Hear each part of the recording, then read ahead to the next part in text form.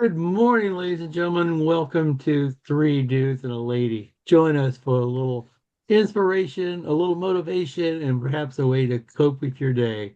I am Mike Jones from Alexandria, Virginia, and my gratitude this morning is we are bracing for maybe a big storm, but I don't have to go anywhere. I can stay here in my house and run my business from right here where I am now. Amen to that. Good morning, folks. My name is Earl Rule from beautiful Raleigh, North Carolina, and blessed and honored to be here. And my gratitude, just like Mike's, is running my business from home as well. Just self care and making sure I'm taking care of myself, got everything I need, and going out there and helping other families. So hope everyone has a great day.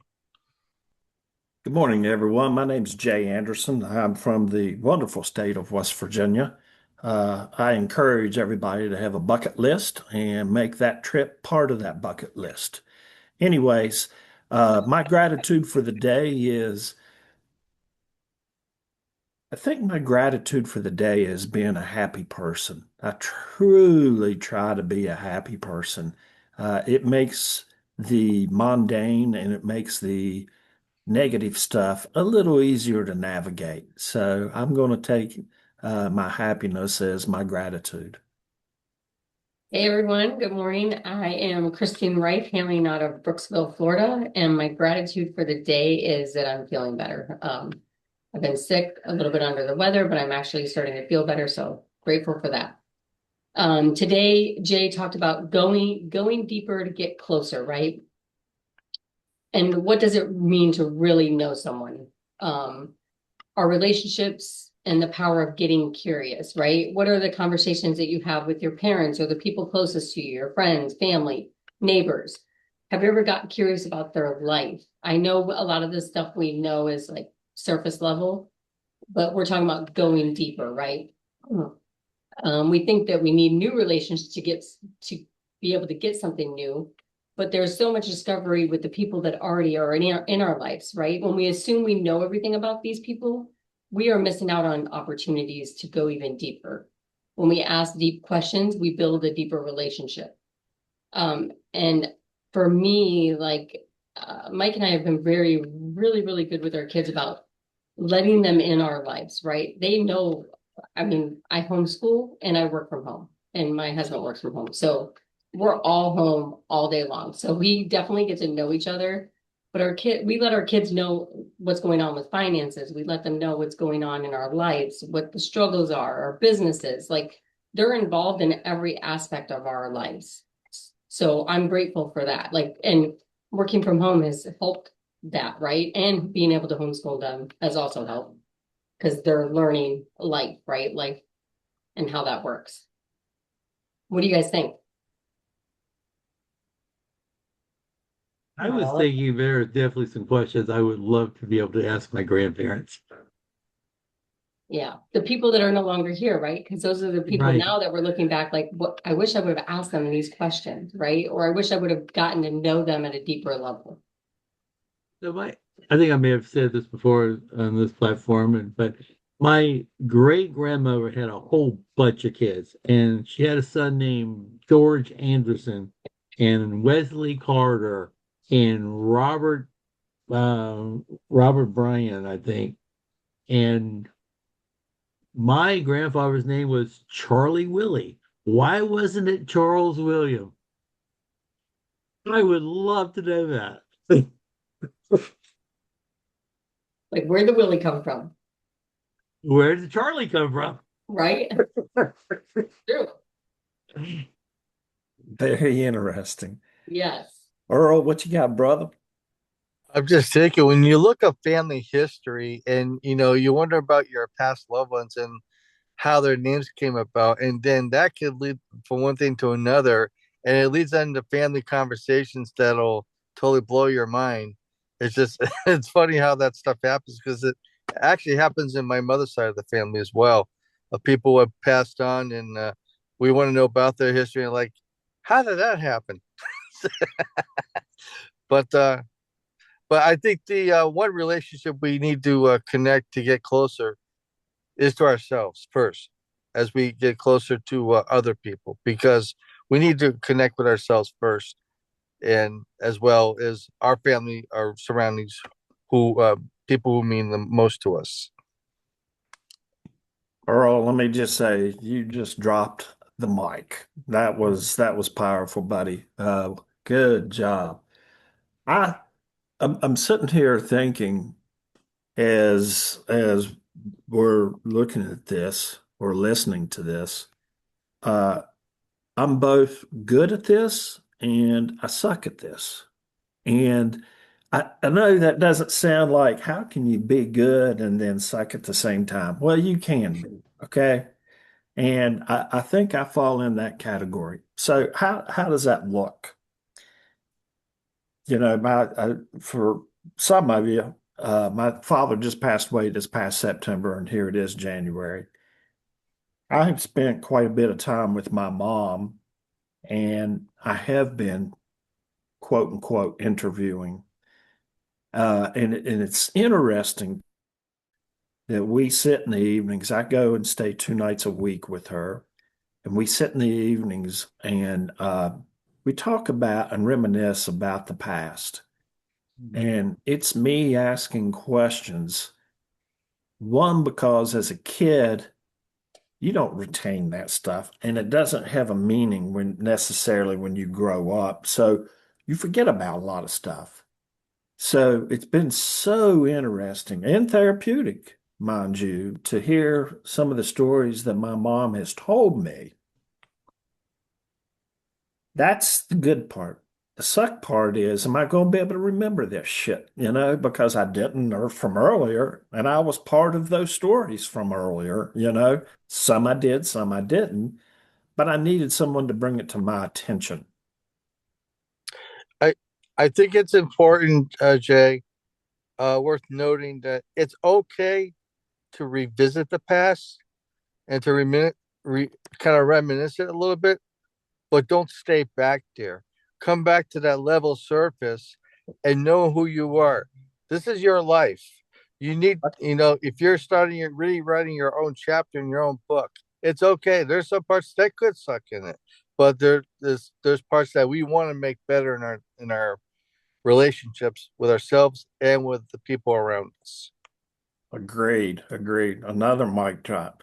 Earl, what'd you put in your coffee this Yeah, morning, right. boy? I don't know. I haven't had my It mocha yet. surely's not ice cubes. I'm over too.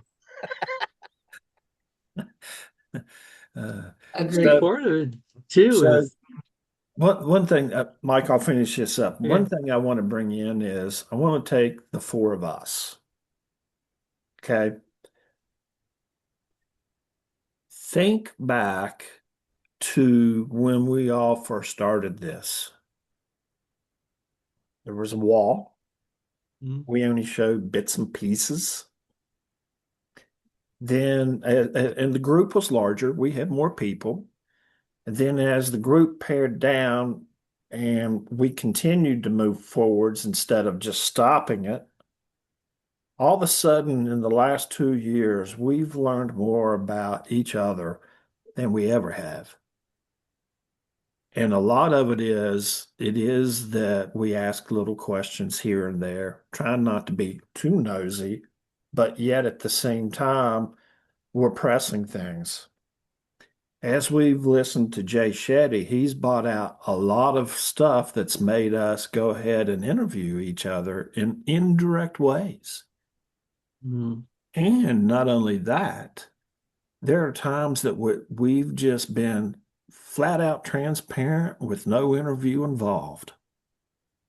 Why? Because we got deeper, because we became aware of things. We got closer because we trust one another. Those things we can't take lightly.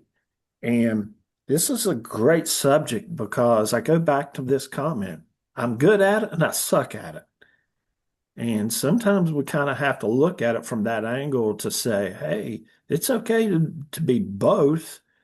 But if you're able to recognize it, then you are paying attention to other people who we call friends to what they're saying because it has meaning to us.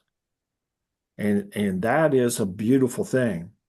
Folks, that's one thing that this platform is built on and it's not spoken about.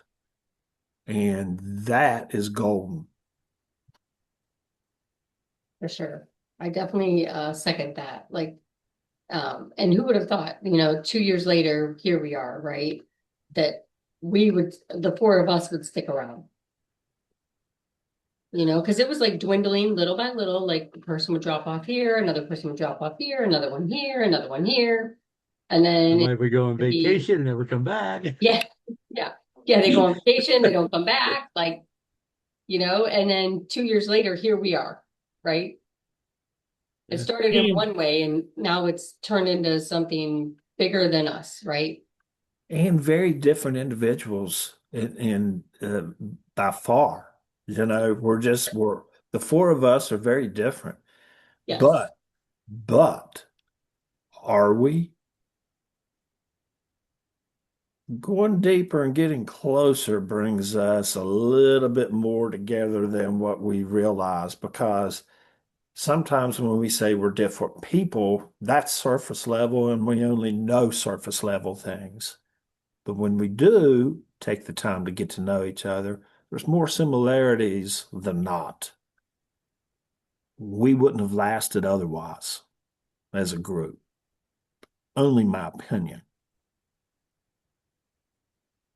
And the friendships we develop along the way, you'll know who your real friend is when they stick with you thick and thin through times when are in need.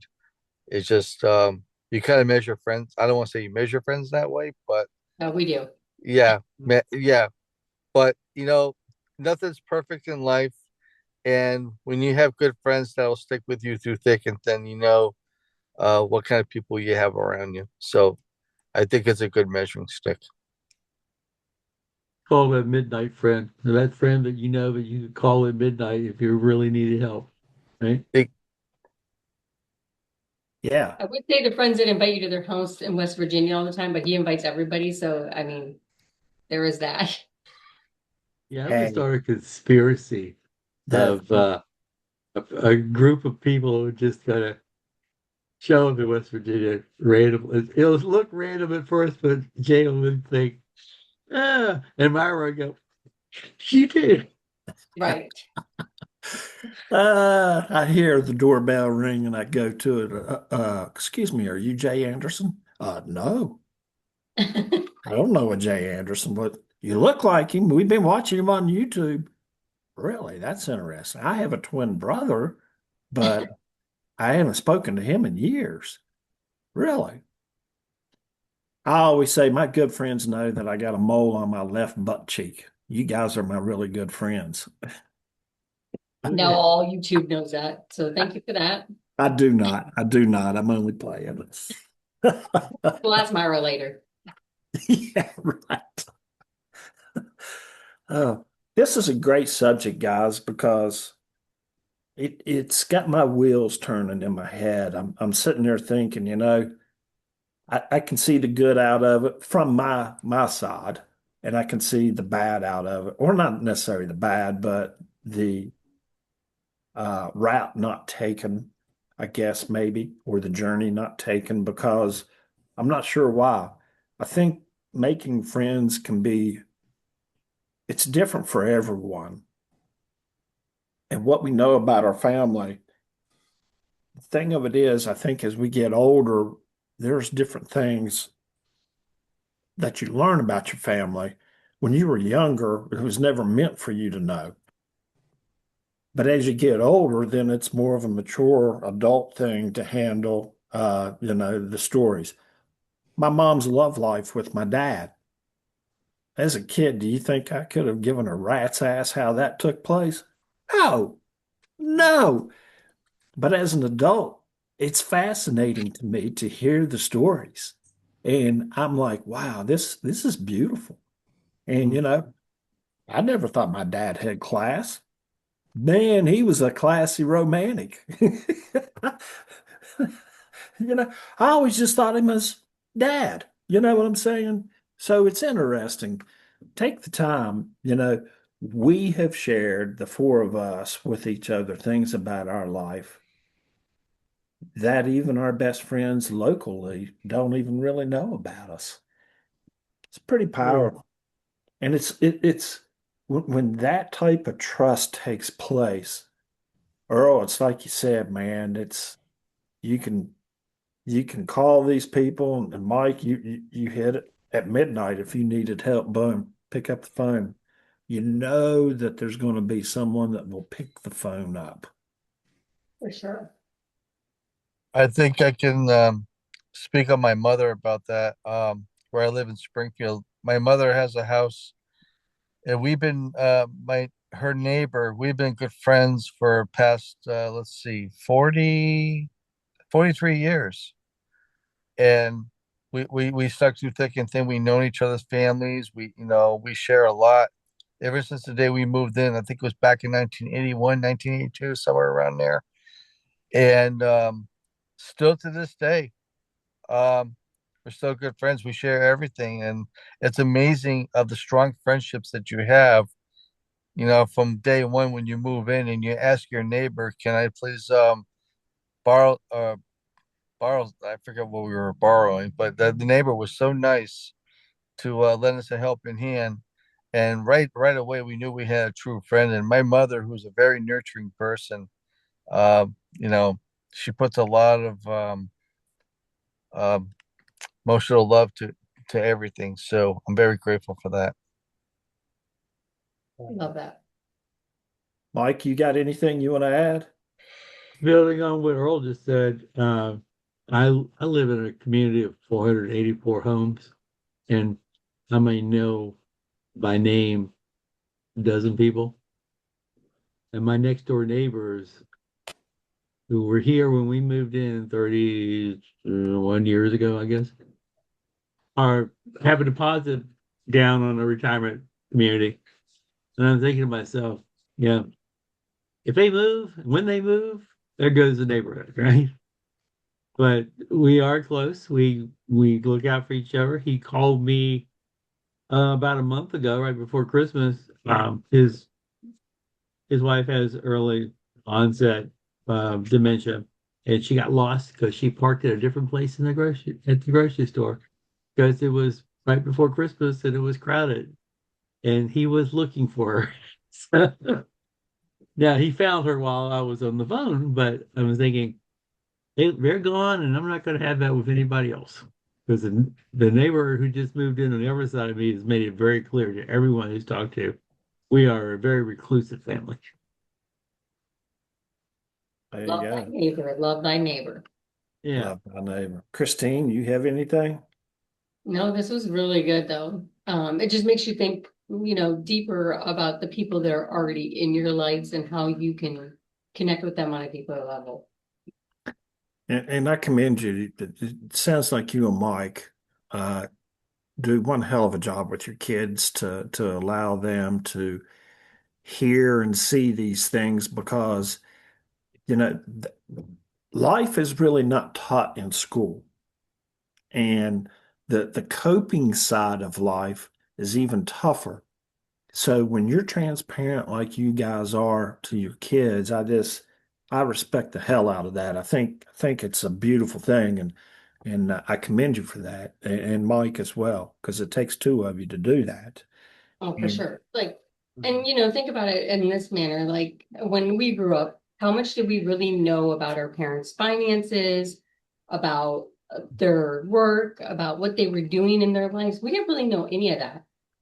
And Mike and I always wanted to be authentic with our kids so that they didn't think, I mean, because they probably look at us now and thinking, well, you guys have an easy life. Like you guys both work from home, you're doing this.